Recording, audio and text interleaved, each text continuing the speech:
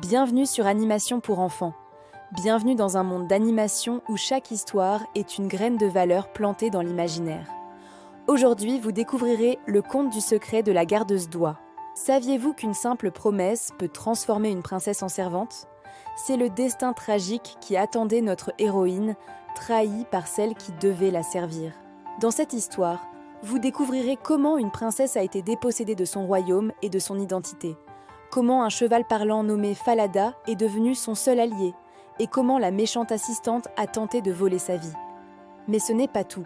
Vous allez voir que la vérité trouve toujours son chemin, même dans les circonstances les plus sombres, et que la justice finit toujours par triompher de la plus spectaculaire des manières. Préparez-vous pour une aventure pleine de magie, de trahison et de courage. Il était une fois, dans un royaume lointain vivait une vieille reine dont le mari était mort depuis de nombreuses années. Elle avait une fille unique d'une beauté éblouissante. Le temps vint où la princesse fut promise à un prince qui habitait un pays lointain. Lorsque le jour du départ arriva, la vieille reine prépara pour sa fille bien-aimée des trésors précieux. Des bijoux, de l'or, de l'argent et tout ce qui convenait à une dot royale. Elle lui donna également une servante pour l'accompagner durant le voyage. Mais ce n'était pas tout. La reine lui fit un cadeau très spécial, un cheval nommé Falada qui avait le don de la parole. Enfin, avec une larme, elle lui donna un petit mouchoir blanc sur lequel elle avait laissé tomber 3 gouttes de son propre sang, lui disant « Garde-le précieusement, mon enfant, il te sera utile. » La mère et la fille se firent des adieux déchirants, et la princesse partit vers son nouveau royaume. Mais imaginez ce qui se passe quand la jalousie s'en mêle. Après 1 heure de route, la princesse eut terriblement soif. Elle se tourna vers sa servante et lui dit « S'il te plaît, aide-moi à puiser de l'eau dans le ruisseau. » Mais la servante répondit avec mépris « Si vous avez soif, faites-le vous-même, allongez-vous au bord de l'eau et buvez. Je ne serai pas votre servante. » La princesse, douce et humble, descendit de cheval, se pencha sur l'eau et but. Pendant ce temps, les 3 gouttes de sang sur son mouchoir lui murmurèrent « Ah, si ta mère savait, son cœur se briserait. » La princesse ne dit rien et remonta à cheval. Mais plus loin, la soif la reprit. De nouveau, elle demanda à sa servante, qui refusa encore plus durement. La princesse dut donc se pencher sur la rivière pour boire. Mais cette fois, dans son mouvement, le mouchoir magique lui échappa des mains et fut emporté par le courant. La servante, qui avait tout vu, sourit cruellement. La princesse venait de perdre sa protection magique. L'assistante en profita immédiatement. « Tu n'as plus aucun pouvoir sur moi. Donne-moi tes vêtements royaux et ton cheval Falada, et prends les miens à la place. Jure-moi que tu ne diras jamais un mot de ceci à personne au palais. Si tu parles, tu le paieras de ta vie. » La princesse, terrifiée et impuissante, fut forcée d'obéir et de prêter le serment. Vous vous demandez sûrement comment la véritable princesse a pu survivre à cette terrible injustice. Arrivés au château, la fausse princesse, vêtue des habits royaux, fut accueillie avec de grands honneurs par le prince et son père, le roi. La vraie princesse, elle, fut laissée dans la cour.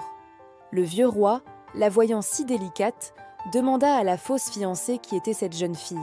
« Oh, c'est une fille que j'ai prise avec moi sur la route pour me tenir compagnie. Donnez-lui du travail pour qu'elle ne soit pas oisive. » Le roi ne trouva rien de mieux à lui proposer que d'aider le jeune Conrad à garder les oies. C'est ainsi que la véritable princesse devint une simple gardeuse d'oies. Mais la fausse princesse n'en avait pas fini. Craignant que le cheval parlant, Falada, ne révèle la vérité, elle déclara au prince qu'il était devenu fou pendant le voyage et qu'il fallait le tuer.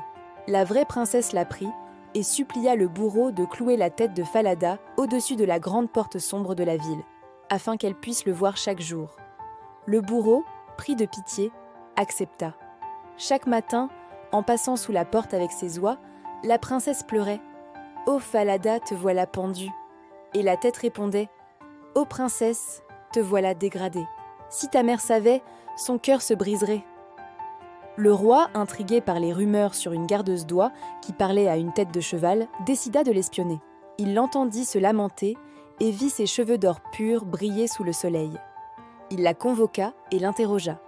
Liée par son serment, elle ne pouvait rien dire. Le roi lui suggéra alors « Si tu ne peux pas me le dire, confie ton chagrin à ce poil de fer. » La princesse s'y glissa et raconta toute son histoire. Le roi, qui écoutait de l'extérieur, avait tout entendu. Il la fit sortir, lui donna des vêtements royaux et révéla son plan. Vous êtes la véritable princesse. Ne craignez plus rien. Lors d'un grand festin, le roi posa une question à la fausse princesse devant toute la cour. Que mérite une personne qui a trompé son maître ? L'impostrice, sans se douter de rien, répondit. Elle ne mérite rien de mieux que d'être enfermée et emprisonnée à vie. Le roi se leva et déclara. C'est toi cette personne. Tu as prononcé ta propre sentence. La fausse princesse fut punie comme elle l'avait décrété. Le prince épousa enfin la véritable princesse et ils régnèrent ensemble dans la paix et le bonheur pour le reste de leurs jours. Ce conte sur la justice nous enseigne l'importance de la vérité. Il faut du courage pour rester honnête quand tout semble perdu. Si vous avez aimé et pour continuer votre voyage dans le monde des contes, ne manquez pas nos histoires en vous abonnant à notre chaîne et en activant la cloche.